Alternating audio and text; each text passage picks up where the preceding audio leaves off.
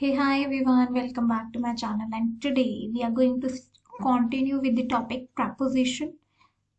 In the previous class, we discussed about the preposition of time, and today we are going to discuss and learn about preposition of place.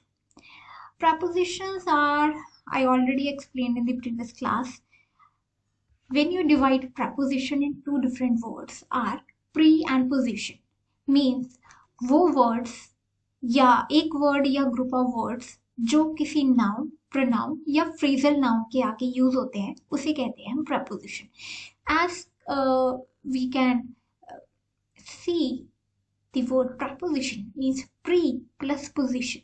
Pre का मतलब होता है पहले और position का मतलब वही पहले, जो पहले की पोजीशन पे आ जाए किसी नाउन के पहले या प्रोनाउन के पहले या नाउन फ्रेज के पहले आ जाए उसे हम कहेंगे preposition. तो preposition ऑफ टाइम हमने डिस्कस कर लिया. So today we will discussing about place. Place के लिए कौन कौन से प्रोनाउन preposition यूज होते हैं वो आज हम पढ़ेंगे. First one is in. In का मतलब इन तब यूज होता है जब कोई इनक्लोज एरिया हो या विद इन एन एरिया हो. ठीक है, जब ये चीजों की बात होती है तब कहेंगे in. For example in the bag, है ना, the cat is in the bag, मतलब वही क्लोज एरिया में है, क्लोज थिंग में है, उसे कहेंगे इन. तब हम इन यूज करेंगे. इन द रूम, रूम भी होता है कि इनक्लोज एरिया होता है. इन कोलकाता, जब एक पर्टिकुलर जगह की हम बात करें कि एरिया की बात करें तब हम कहेंगे in Kolkata. I am an Indian. ठीक है, तो जब आई लिव इन इंडिया तो ये भी इन यूज होगा. ठीक है. एट, एट मतलब जो इनक्लोज नहीं है, विच इज नॉट इनक्लोज. ठीक है, for example at the end of the road, at the station, ये चीजें क्या है कि ओपन ओपन है, ये इनका कोई कन्फाइंड एरिया नहीं होता है. In big countries, example in India etcetera. At, at कब यूज होगा? स्मॉलर एरिया या टाउन्स के लिए. For example Sirikuli in Karnataka, Karnataka के बीच में भी एक छोटी सी जगह है, क्या है? सिरिकुली. तब हम यूज करेंगे एट. ठीक है, I hope in is clear to you. Second one is to. For example he ran to school. जब टू का मतलब होता है किसी चीज तक. ठीक है, किसी चीज तक, तब हम कहेंगे to. He ran to school, वो स्कूल तक भागा, वो स्कूल के लिए भागा. Into, he jumped into the river, उसने रिवर में छलांग लगाई. राइट, तो अगर आप ध्यान से देखो टू एंड इनटू क्या है? मोशन प्रपोजिशन है, इसमें कोई ना कोई मोशन दिखता है. ठीक है, ही रैन टू स्कूल मतलब वो स्कूल के लिए भागा, भागना इज अ मोशन है. ठीक है. इनटू, इनटू क्या शो कर रहा है कि उसने रिवर में छलांग लगाई. इनटू क्या शो कर रहा है? एक मोशन शो कर रहा है. तो ये to and into are use for some motion. ठीक है, आई होप ये क्लियर हो गया होगा आपको. Third one is on and upon. On and upon, on तब यूज होगा जब रेस्ट पे है कोई जगह. ठीक है, कोई चीज रेस्ट पे है. For example hat on your head.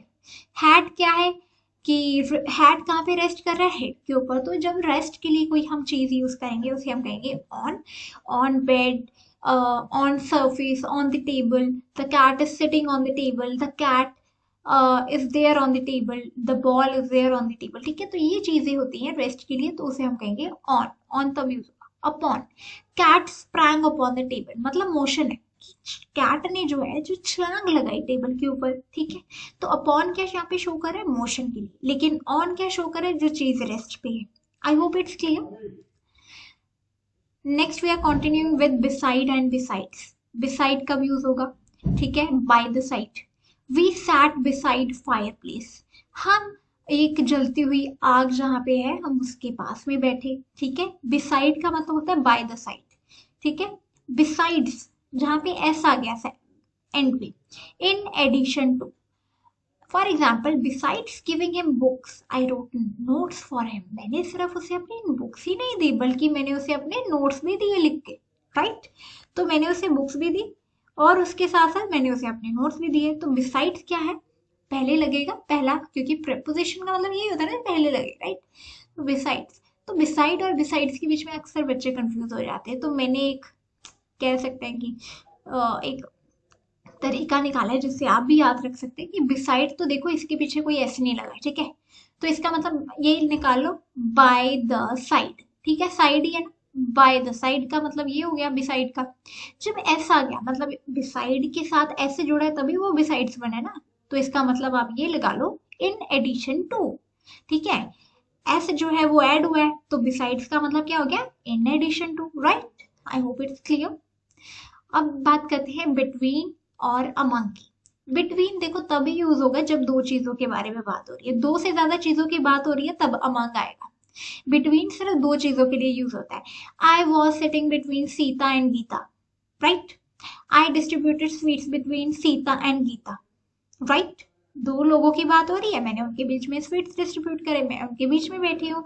ठीक है, तो दो लोगों की जब बात आती है, दो चीजों की जब बात आती है, तब हम कहेंगे कि बिटवीन यूज होगा। फॉर एग्जाम्पल अगर थिंक का भी एग्जाम्पल ले, I had to choose between orange and red colour top for shopping. ठीक है, तो मुझे रेड और ऑरेंज कलर के टॉप के बीच में से एक टॉप चूज करना था।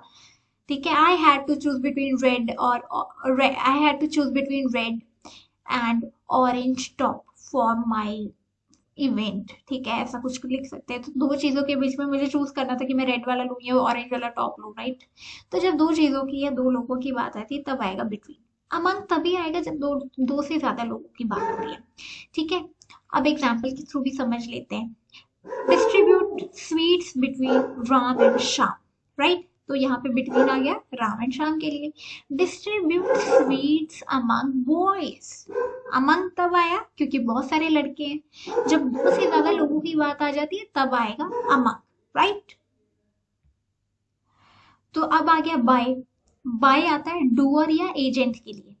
ठीक है, और फिर एक आता है विद प्रपोजिशन तब आएगा जब हमारे पास एक इंस्ट्रूमेंट हो। कैसे, अब ये आप एग्जाम्पल से ज्यादा अच्छे से समझ सकते हो। So let's see the example. He beated him with a stick, उसने किसी को मारा, लेकिन किससे मारा, स्टिक से। तो यहाँ पे स्टिक क्या है, एक इंस्ट्रूमेंट है। जब इंस्ट्रूमेंट की बात आ जाती है तब हम यूज करेंगे प्रपोजिशन कौन सा, with, right. He beated him, उसने उसे मारा लेकिन किससे मारा, with a stick. The tree was cut by farmer, tree को काटा गया। यहाँ पे कोई इंस्ट्रूमेंट तो शो नहीं हो रहा, यहाँ पे एजेंट शो हो रहा है या डूअर शो हो रहा है। जो एक्शन कर रहा है वो कौन कर रहा है, फार्मर। तो यहाँ पे जब डूअर और एजेंट की बात आ जाती है तब हम यूज करेंगे बाय। Got it. तो बाय यहाँ पे आएगा because doer here is given. ठीक है, एजेंट गिवन है, जो एक्शन कर रहा है वो गिवन है, कौन है, farmer. I hope it's clear. So next will start with the notice in the next class. I hope it's clear. कोई doubts हो, feel free to comment in the comment section, and you can ask me your doubts if you want one-on-one classes for English language or English literature. Feel free to send me an email. The mail will be there in the description box. If you want one-on-one classes, do let me know. We can have on Google Meet or somewhere. We can plan if, and we'll make a WhatsApp group of you people as well. The all your doubts will be taken one on one. So feel free to send me an mail, and if you have any doubts, if you do not want to take one-on-one classes, you can ask your doubts here as well. But one-on-one classes are really helpful for your preparation well, right. So all the presentations will be given to you, presented to you, sent to you on WhatsApp. Notes will be provided to you. So classes on one-to-one are more beneficial, but I'll do the justice here as well on YouTube. So feel free to ask your doubts. If you want to give any video suggestions, feel free to do that as well. If you want to say something that I should improve upon, feel free, right. So see you in the next video. We'll continue with the notice format, as it will be very helpful in your examinations as well. I'll let you know which preposition you need to use, where you need to put the exact punctuation mark for the notice, जहाँ पे आपकी छोटी छोटी गलतियां भी ना वो ना हो, and you can get full marks in notice. Okay, so next will be notice format with a sample notice question, and homework will be given to you and you have to do that as well. Okay, so keep following my channel, subscribe to it actually, because it actually motivates me to work more harder for your education, for your marks. And to subscribe, hit like, comment and share with your batchmates. Okay, so see you in the next video. Till then, take care. Bye bye, see you soon.